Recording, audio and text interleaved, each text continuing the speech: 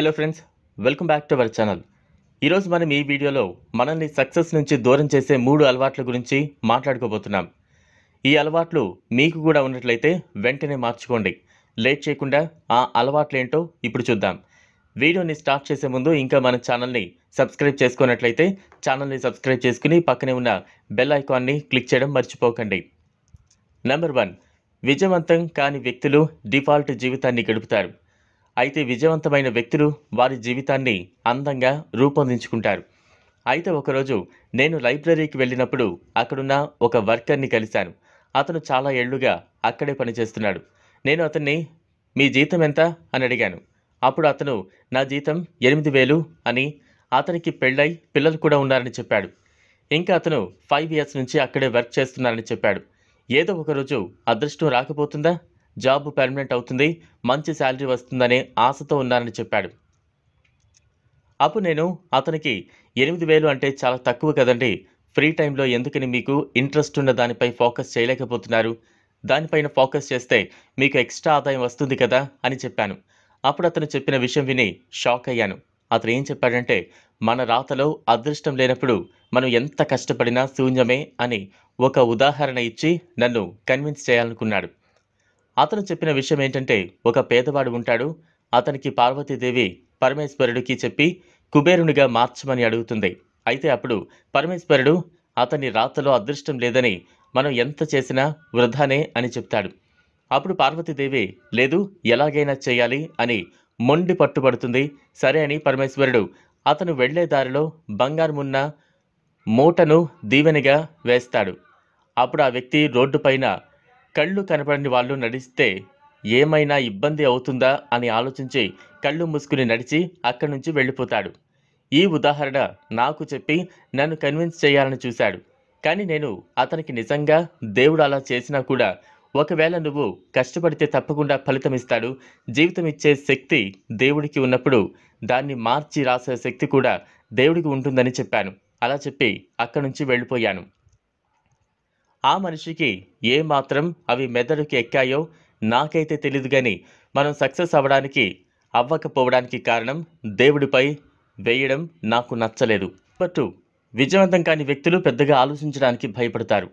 ఉదాహరణకు చెప్పాలంటే, ఒకరోజు నేను మా ఫ్రెండ్ ఇల్లు కొనాలని అనుకుంటున్నాను అని ఒక్కసారి వెళ్ళొద్దాం అని అంటే వెళ్ళాను. అతను అతని భార్యతో కలిసి వచ్చాడు. అక్కడ ఇల్లులు చాలా ఎక్కువ ధరలో ఉన్నాయి. మనం అనవసరంగా టైం వేస్ట్ చేసుకుంటున్నాము. నిజానికి మనం జీవితం అంతా కష్టపడ్డా ఎంత ఎక్కువ ధరను పెట్టి ఇల్లును కొనలేమని వాళ్ళ భార్య చెప్పినప్పుడు, నేను ఇల్లు కొనొచ్చు, కొనకపోవచ్చు, దానికి నిరాశపడడం దేనికి, మన యూనివర్స్ చాలా పెద్దది, దీంట్లో మీ కోరిక చాలా చిన్నది, కష్టపడితే ఏదైనా సాధ్యమే అని చెప్పాను. ఈ ఆలోచనలు అన్నీ మనం మన మైండ్కి పెట్టుకున్న లిమిట్స్. పెద్దగా ఆలోచించడానికి ఎప్పుడూ భయపడకూడదు అని చెప్పాను. నెంబర్ 3, విజయవంతం కాని వ్యక్తులు తాము ప్రమాదాన్ని తప్పించుకుంటున్నామని అనుకుంటారు. అసలు నిజానికి చెప్పాలంటే అసలైన రిస్క్ తీసుకుంటున్నారని వారికి తెలియదు. 1990లో ఇంటర్నెట్ గ్రో అవుతున్న సమయంలో Tesla SpaceX founder Elon Musk PhD చేస్తున్నాడు. And Amazon founder Jeff Bezos ఒక కంపెనీలో వర్క్ చేస్తున్నాడు. వీళ్ళిద్దరూ గమనించింది ఏంటంటే, ప్రతి సంవత్సరం ఇంటర్నెట్ యూజేజ్ అనేది 2,300% పెరుగుతోంది అని తెలుసుకున్నారు. అప్పుడు వాళ్ళు చేసిన పని ఏంటంటే, ఎలాన్ మస్క్ పిహెచ్డి చేయడం మానేశాడు, జెఫ్ బెజోస్ జాబ్ చేయడం మానేశాడు. వాళ్ళు అనుకున్నది ఏంటంటే, ఒకవేళ ఆ సమయంలో అవకాశాన్ని మిస్ చేసుకున్నట్లయితే వాళ్ళ జీవితంలో అనుకున్నది సాధించలేమని అనుకున్నారు. అయితే ఒక ఇంటర్వ్యూలో యాంకర్, మీరు లైఫ్లో ఇంత రిస్క్ తీసుకున్నారు, ఈ నిర్ణయం తీసుకునే ముందు మీకు భయమేం లేదా అని అడిగినప్పుడు, అప్పుడు జెఫ్ బెజోస్ చెప్పింది ఏంటంటే, నేను ఒక మంచి ఆపర్చునిటీ కోసం జాబ్ని వదులుకున్నా.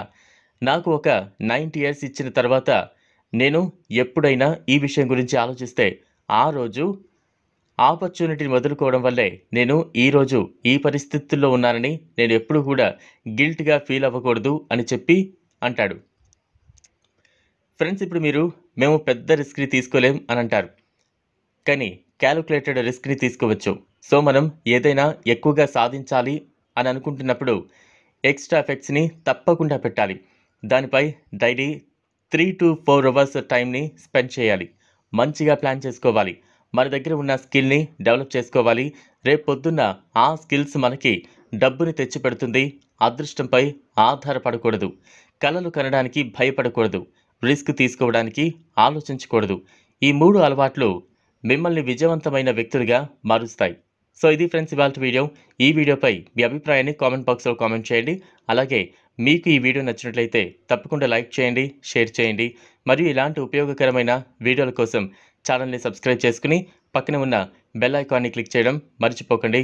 Thanks for watching.